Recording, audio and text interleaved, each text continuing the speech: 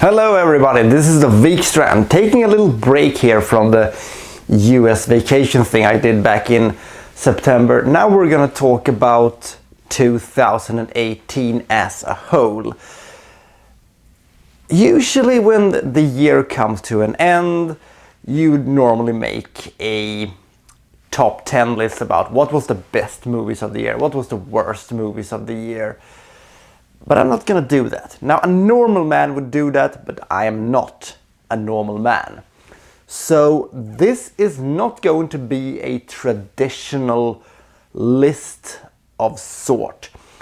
It will more be a reflection of what was my top 15 picks for the best movies of 2018, and I will see how they have succeeded. Last year on New Year's Eve, in one of the first videos I've ever uploaded, I did a prediction of the 15 best movies of 2018. Now we're gonna go through them and we're gonna see how they succeeded, in short. So without any further ado, the 15 most anticipated movies of 2018 and how they succeeded.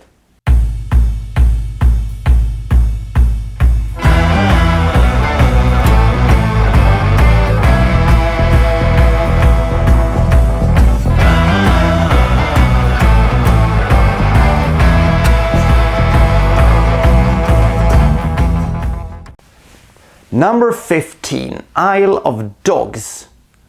Success.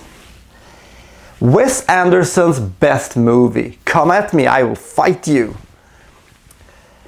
This brilliant animated movie about dogs on a Japanese island is great. It has so many layers to it, it has so many great voice actors. It is just everything you love about Wes Anderson movies, but also it's amped up by having a great story, having a great visual style, and also having, well, just some of the most delightful things I've ever seen. Number 14, Holmes and Watson. Haven't seen it. Holmes and Watson will not premiere in Sweden until next year, and I was really hyped for this one in the beginning of 2018, but when the trailer finally dropped and when I finally get to see, some of the footage of it, I was not impressed at all. What has happened to Will Ferrell? What happened to him? He was the funniest man on the planet a decade ago. Now he's struggling with this awful nonsense. Not even John C. Reilly seems to be able to bring out something good out of him. Is it the death rattling of a comedian? Maybe it is. The only thing I thought was a little bit funny in this movie was that Braun Strowman was there, playing, of course, a huge wrestler. I hope he will say his catchphrase, "Get these hands!" But apart from that, I haven't seen it yet. I will see it, but I'm not that hyped anymore, I would say. Number 13, Hellboy. Haven't seen it yet. So this is again a movie that has been, pushed forward. Now it's going to premiere next year, and now I've actually seen some footage of it, and I can tell you that I'm actually kind of hyped for this one. I think it looks great. I miss Ron Perlman as Hellboy, no doubt about it, but I think this will probably be a very good movie as well. But I haven't seen it yet. Number 12, Elita, Battle Angel. What's going on here? All the movies I picked is being, bumped to 2019 for some reason. So yeah, probably some post-production things that haven't, gone as smoothly as they thought it would. I still say that I am interested in Elita Battle Angel, but my interest has declined, and I probably wouldn't put it on a most anticipated movies for 2019 at this point. Number 11, Iron Sky 2. Hasn't come out yet. Oh, nobody wants to have their movies released in 2018. Yeah, so the sequel to the 2012 Finnish sci-fi movie about Nazis on the moon has obviously also been bumped back to 2019, and I don't know. I don't know if this is gonna work. I was really hyped for it, but now I don't know. Number 10, X-Men Dark Phoenix. Generally speaking, everybody seems to be thinking that this movie is going to bomb hard and it's going to be awful. I don't know why. You have a very strong cast, you have one of the greatest X-Men stories that's written. It has been handled not so good in the past, but I still think it can work, but it hasn't been released yet, so who knows. Number 9, Solo, a Star Wars story. Result? Fail. Oh god. I have very mixed feelings about The Last Jedi. And only 5 months after I had those mixed feelings, they shoved another down my throat. This was an unwanted movie, which was basically nostalgia done absolutely wrong in every conceivable way. It was ugly, it was boring, it was uninteresting, and I don't really like doing this, but I actually think that this is the second worst Star Wars movie I have ever seen. Attack of the Clones is the only movie I personally consider to be, worse than this one. I don't like defending the prequels, but they at least did something newish. This was a fail from start to finish. I don't think it could have been made, and I don't think it could have been salvaged in any way. I don't know how to do it, basically.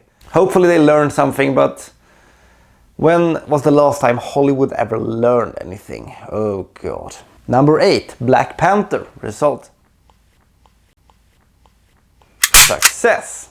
This is by far the most serious of the MCU movies that have come out so far. Carrying a boatload of hype, it succeeded.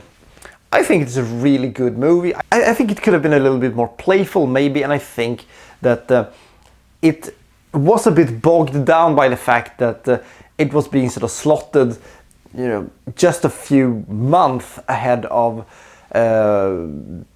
Avengers Infinity War, because I think this movie could have benefited greatly if it not would have been in the Marvel Cinematic Universe, because you could have built this into a very powerful trilogy, with the existing cast of characters.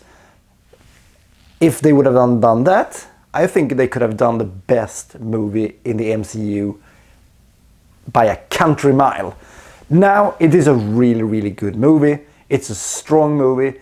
I like it visually. It has great soundtrack. It has good characters. It has good writing. There is a little... The thing I also have a little tiny bit of a problem with it is a bit too predictable. I can never predict anything happening in a movie. Never. But this one I kind of seen, okay, this is gonna happen and that is going to happen and then that is going to happen. And it did. That's not a very good thing for a movie for me to do it, but I think it had a terrific action. It was a great, masterfully visual story, and yeah, it was another very, very solid MCU movie. One of the top 10 by far, but as I said, it's really great. Number 7, Ready Player One. Result? Okay!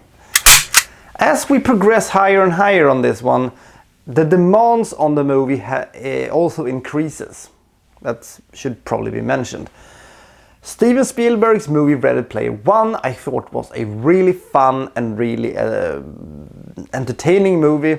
It was about as entertaining as anything could basically be. It was a high concept sci-fi adventure with lots and lots and lots of pop culture references, and a pretty solid cast, and you know, it's really good. It had some absolutely astonishing visual storytelling. It was a little bit too long, and some of my issues with Steven Spielberg's sugar-coatedness shines through sometimes, and some of the characters was a little soddy. But for the grand scheme of things, I think it was a very solid movie. Number 6, Venom. Result: fail. Now I'm gonna talk about what I really liked about this movie. I really liked Tom Hardy. I really like the way Venom is made. I like the character of Venom, and I thought the visual effects, everything surrounding Venom was top-notch, absolutely great. But if they only could have had a good story to, you know, surround Venom in, then it would have been a top-notch movie. Oh yeah. But this basically felt like the 30-minute origin story that, you know, would have began a movie, and then you would have moved on to the actual story. But this felt like the 30-minute introduction of a character stretched out to 2 hours, and when I realized, so we're not gonna have anything more than this. Right. Great. So that was a little disappointing, and yeah, that's a shame, but I believe that a proper Venom sequel with Carnage, as it is hinted in this movie, it can be absolutely amazing. And finally, this is a Venom presented as it is supposed to have been presented. Very good Tom Hardy, very bad movie, and the villain was absolutely awful. Ugh. Number 5, Mission Impossible 6. Success! Oh Tom, you silly Billy. You haven't been able to kill yourself this time either. So, the 6th time that Tom Cruise attempted suicide by movie and also shot some plot for the entire thing was a rather eventful one. I have been very happy with most of the Mission Impossible movies. My personal favorite is still the second one. I know people generally don't like Mission Impossible 2, but I think it is absolutely great. And they have been on a serious roll the last, couple of movies. Ghost Protocol was absolutely great, and Rogue Nation was also absolutely great. But this one tops them all. It is a fast-paced, very, very, very big movie. It feels enormous. I mean, all the buildings, all the mountains, all the cars, everything looks enormous. It looks huge. This looks like a monumental movie. I don't know how they've done this, but this movie looks fantastic. That's a great story. And this is not a movie where Tom Cruise is being hunted by his own organization while hunting the bad guys. That one, finally they have ditched that horribly unoriginal storyline. Thank God. I think it is great villains, great characters, great actions, fantastic action sequences, very intense, and the car chase through Paris is absolutely gold, and that skydiving sequence, Jesus Christ. And finally, they're using the old 1960s plot devices when, with the mask and stuff like that. I love that stuff in the beginning. Number 4, Avengers Infinity War.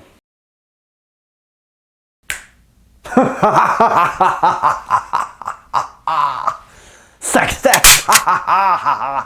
This was fucking great.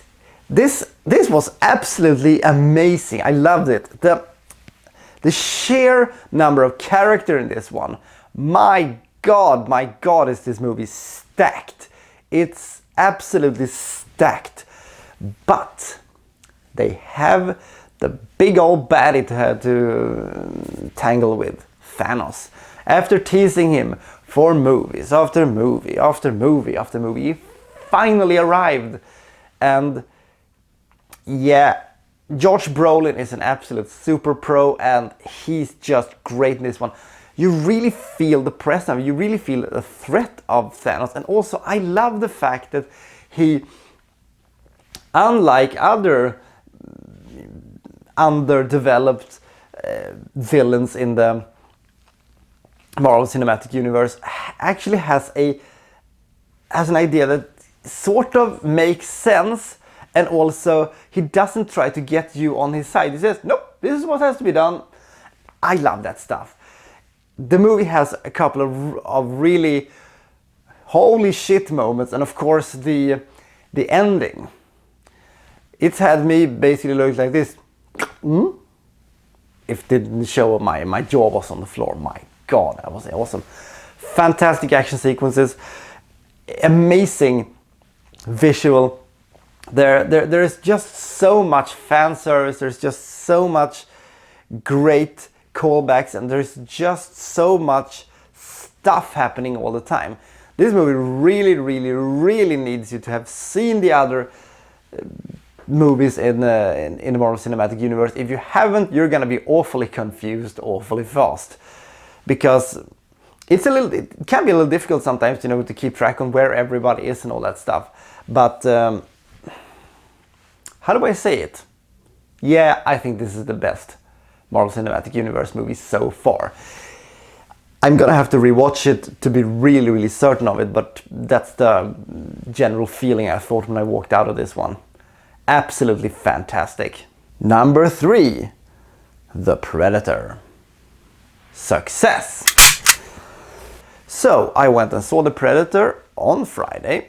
Saturday morning, very early, went away and went to United States.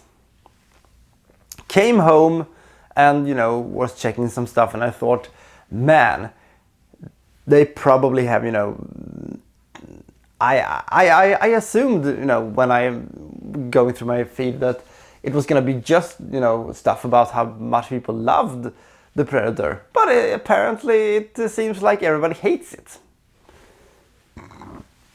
My first initial was, what? You hate The Predator? I was then, you know, seeing some of the reasons why they hated it, and then I sort of realized, I see. I was very surprised by the fact that almost it's universally hated by the fans of the series, which I am a part of. I love all the Predator movies. I love this one as well. I think it is absolutely great. Granted, I need to rewatch it to see if it really holds up. But my initial thought was, yeah, this is absolutely great. I love the character. I think the characters are great. I think the idea with, you know, the blood feud within, you know, the Predators is an interesting idea. It has been touched upon before in the 2010 movie Predators. I think the feel and the tone and the atmosphere of the movie just feels like, you know, an 80s action movie or 90s action movie. And I love the Shane Black dialogue, and I think the action sequences are great, and I think some stuff is a little silly, and some stuff, you know, is a little dumb. But what do you want? This is a dumb action movie. I think it was great. You know, it might be, you know, this might be a casualty of a reshoot. I may be the only person who liked this movie, but I'm gonna say I absolutely have no problems with it whatsoever. This is probably this is probably how the people who absolutely love Star Wars The Last Jedi feel. Ooh. Number 2, Deadpool 2. Success! The first time I saw Deadpool, I didn't like that movie that much. When I rewatched it, I realized how awesome it was. When I saw Deadpool 2 the first time, I thought it was better than the first one the first time I saw it. So it is possible that when I rewatch it later, it's gonna be even better. Because there are some stuff I thought was not as crisp and not as sharp as the first one, but there was also a ton of stuff that was just amazing and so great. The super duper team, all the great humor, and I love that chick who was Lucky. I thought that was great. Josh Brolin once again striking gold, great job there.